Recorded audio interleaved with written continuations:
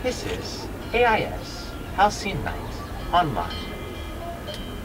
Welcome back to their vlogcast. This week, Jack and Tio will be interviewing some fellows and discussing the local bike gangs in Kunming. Yes, and now, our host. Welcome back, everyone, to Tiny Table Talks with Jack and Tio. Or as I like to say, TTTWJ&T. Here we go. Our summary of the week.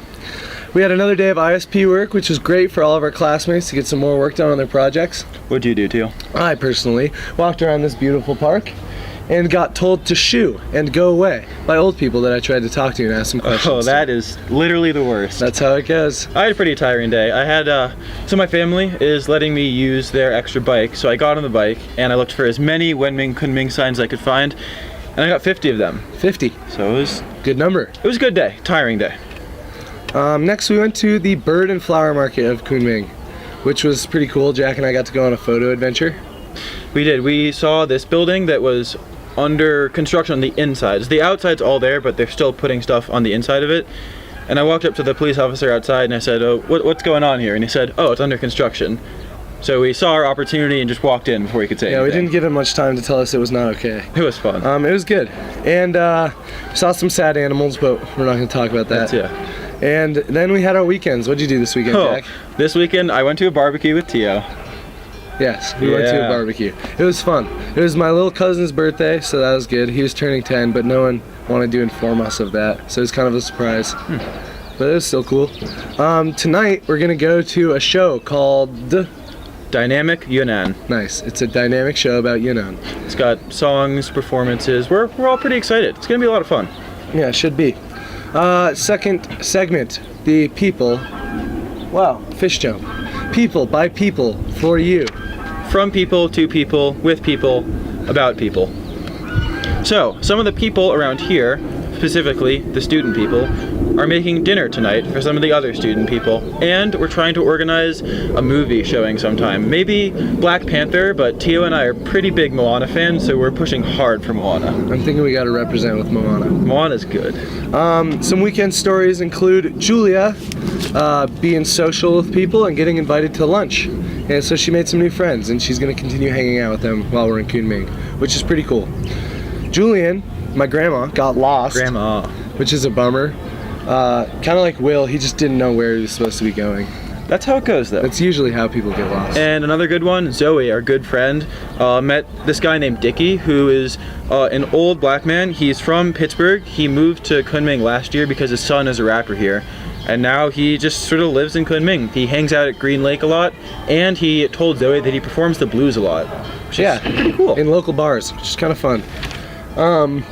Next, we've got our restaurant segment. Getting back to you on the Beef Museum. Before a restaurant, I've got something very important. We are honored to have with us today a very special guest to tell us something more about meditation in a very real and factual, right? Yeah, real and factual sense. Robert, please join us. We're gonna get you another point of view that maybe we didn't get last week. Yeah, last week was something. Last week we had a good time. All right, Robert. So, what is your ISP? Meditation. Meditation. Cool. So, what have you been doing so far? As you said last week, lots of very interesting stretches. Mostly just raising arms and legs, but without using those muscles. Okay, so raising my arms without the use of my arm muscles. Yes. It's like you use your back muscles and. Cool. You think you could give us a little example? I can try, but I don't think it'll be in the camera. Hopefully he's in frame. If he's not in frame, just imagine what you're seeing. Yeah, it's like just hands out front. Hands out front. And just raise them up, cross over your head, and back down. Wow. So, beautiful. What exactly is meditation? Pretend I'm an imbecile, which I am, but. Well, you see, there are lots of different types of meditations. There's like the Western concept of inner peace, just concentrating on nothing at all. There's also in the East, like in China here, there's like mantras or like phrases or like poems you can just constantly say in your head, like you'll eventually like be meditating on that. It's also, you can do like calligraphy, which is also a form of meditation. Or just any sort of exercise or activity, like martial arts is also a type of meditation, technically. Cool. Have you noticed any benefits from meditation in your life so far? I've noticed I've been a lot happier after I've been meditating. That's good to hear, Robert. Yeah. Thanks, Robert. Very cool. Thank you That's for your awesome. time. Yeah. It was nice talking to you today. All right. It's good talking to you all as well. Thanks for joining us today. Look forward to seeing you at the show. We appreciate it. Next, before the restaurant segment, I've got a special little presentation for you guys about the yellow bikes I've been seeing all across the What city. yellow bikes? The small yellow bikes. Oh, the little Or yellow bikes. the xiao huang che, as the locals like to call them. There's a bunch of little yellow bikes around here, and you can, with the app WeChat, point it at a QR code on the bike and unlock the bike with a payment.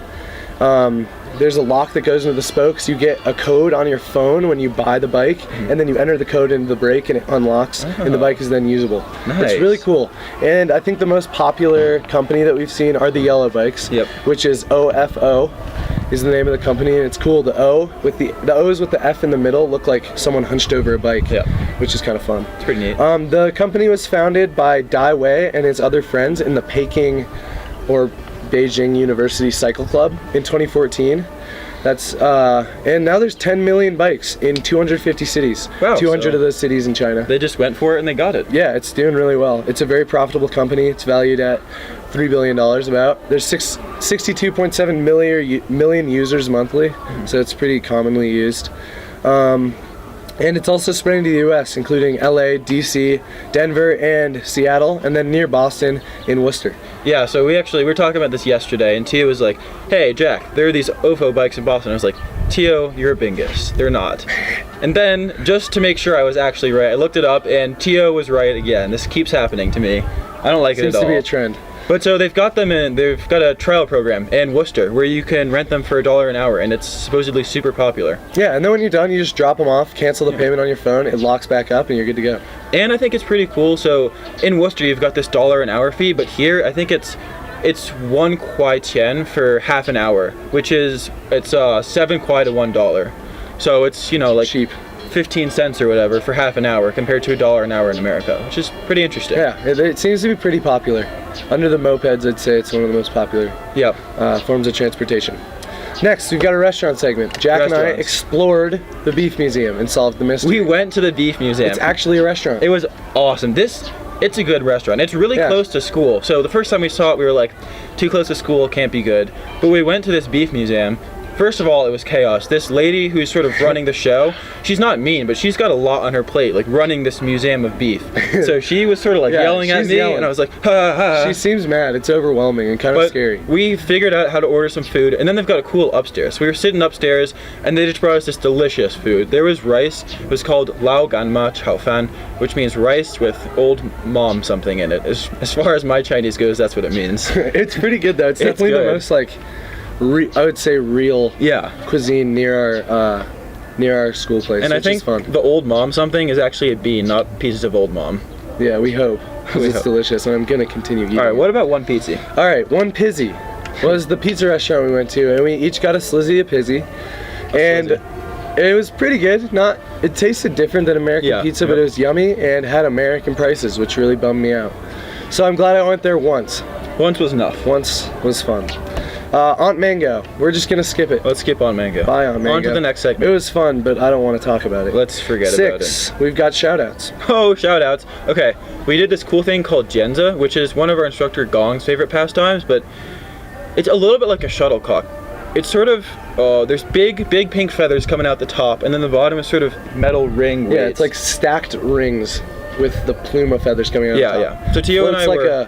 like a badminton Yeah. shuttlecock. Tio and I were strolling along Green Lake yesterday, and we came along these old guys who were retired. We asked them, they just sort of spend every day just, playing with the Genza, and they invited Kicking us the in. Genza around. And so it's like a hacky sack, and you kick it across the circle. It was really fun. These guys are really nice. And it was really fun to hang out with them for a while, laugh with them, Yeah. kick it around and chat. All right, we've got important stuff coming, but really quickly, I want to address a few questions I got from concerned listeners this week, from very special people in my life. So the stories we tell, the Chengyu, last week we talked about silver being buried, those are in a sense made up. They're Chengyu, which is a Chinese word for idiom, sort of. So they're important Chinese folk stories that tell you a lot about the cultural side of the Chinese language, but they're not necessarily true.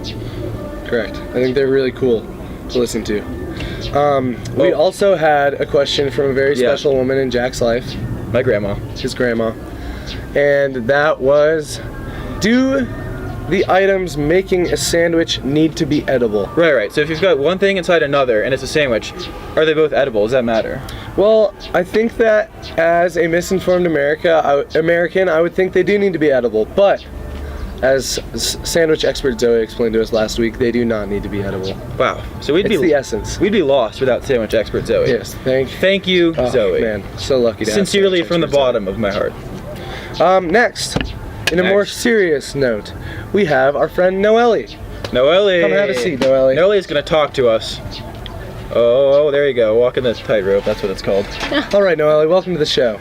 Thank you. What Nice is to be your here. ISP about? It's about gender roles in Chinese society. Gender roles in Chinese society. Fun. Do you have any questions for her, Jack? So, I mean, what have you discovered? What are rights for Chinese women like compared to, so you're from Brazil, what is it like compared to Brazil? I'd say it's like really different because the government has a lot of power in China. So sometimes if you consider yourself a feminist, that's not a good thing in China. People usually think that you're like too extreme, that you're not like, if you're a woman, for example, that you're not interesting, that you're like all over the place.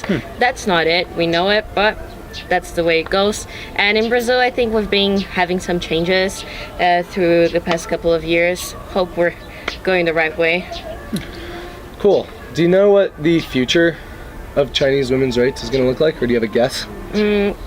I think that if you're talking about gender roles, things are like have been getting better little by little because usually only if you look at my grandma and my host family, for example, she never went to college. She only went to like middle school or something, and she only does like the housework. She practically like never leaves her house. But if you look at my mom, she's already a doctor. My sister is probably going to college. Wow. So I think things are getting better, but there's still like huge like stereotypes. Cool. Thank you. We'll be interested to check back in with you after a while and see where your research takes you. Thanks for being on the show. Thank Good you. talking to you, Noelle. Nice talking to you Maybe guys. we'll see you around. All right. Next up, my new favorite segment, cranium crackers. Kristen's crazy cranium crackers. Today, Tio's got our topic. All right. So this week, Kristen, at the beginning of our trip, told me about a word called yuan fan. Yuan fan means kind of a social trait. You can do it, power through. I think that. Come on, you're so close. You're so close. All right, thank you, Tio. Thank you. What Tio is trying desperately to tell us through a mouthful of crackers is that the word Kristen taught us about, yuan fan, which it doesn't have a good English translation. In some senses, it means destiny or fate. In some senses, it sort of means an innate connection between two people, sort of pulling them together. But it's not religious, it's not necessarily romantic. It's really just more of an idea that doesn't really have a set English word. Yeah, kind of how I interpret it was some sort of social fate, which is kind of cool. Like, I've met a couple people that seem to be like, I've met them at very pivotal points in my life, and it seems to be a coincidence or something. Yeah, I mean, you could say like, this group coming together, the 12 of us being who we are, and the fact that like, these 12 people to come together, that's yuan fan. Yeah, it's like a social fate. And something that seems meant to be. It's cool that Chinese has a word for that. Yeah. I've actually got a Chengyu. The Chengyu of the week this week is related to yuan fan because I was researching it last night and I sort of just fell in love with the word. So I found this Chengyu, which is 百世修来通传度千修的功者面, which means it takes hundreds of rebirths. So you think about the sort of the Buddhist idea of being reborn into the world. It takes hundreds of rebirths to bring two people riding in the same boat, but it takes 1,000 eons to bring two people to share the same pillow. And the idea behind that Chengyu is sort of just teaching us about how precious yuan fan is. When you find two people having been brought together, whether it's a relationship, whether it's marriage, the fact that those two people, over thousands and thousands of reincarnations, would be brought together is something really important. Yeah, it's like a coinciding of social fates. And if you think about how big China is, how many people there are, that any two people would come together, it's really astounding from a statistical perspective. Yeah, it is really cool. I really like that Chinese has a word for this. I think that's something that I've really been enjoying learning about language. Is like there are ideas that are represented so easily in other cultures that maybe are not represented as easily in American culture. Yeah. And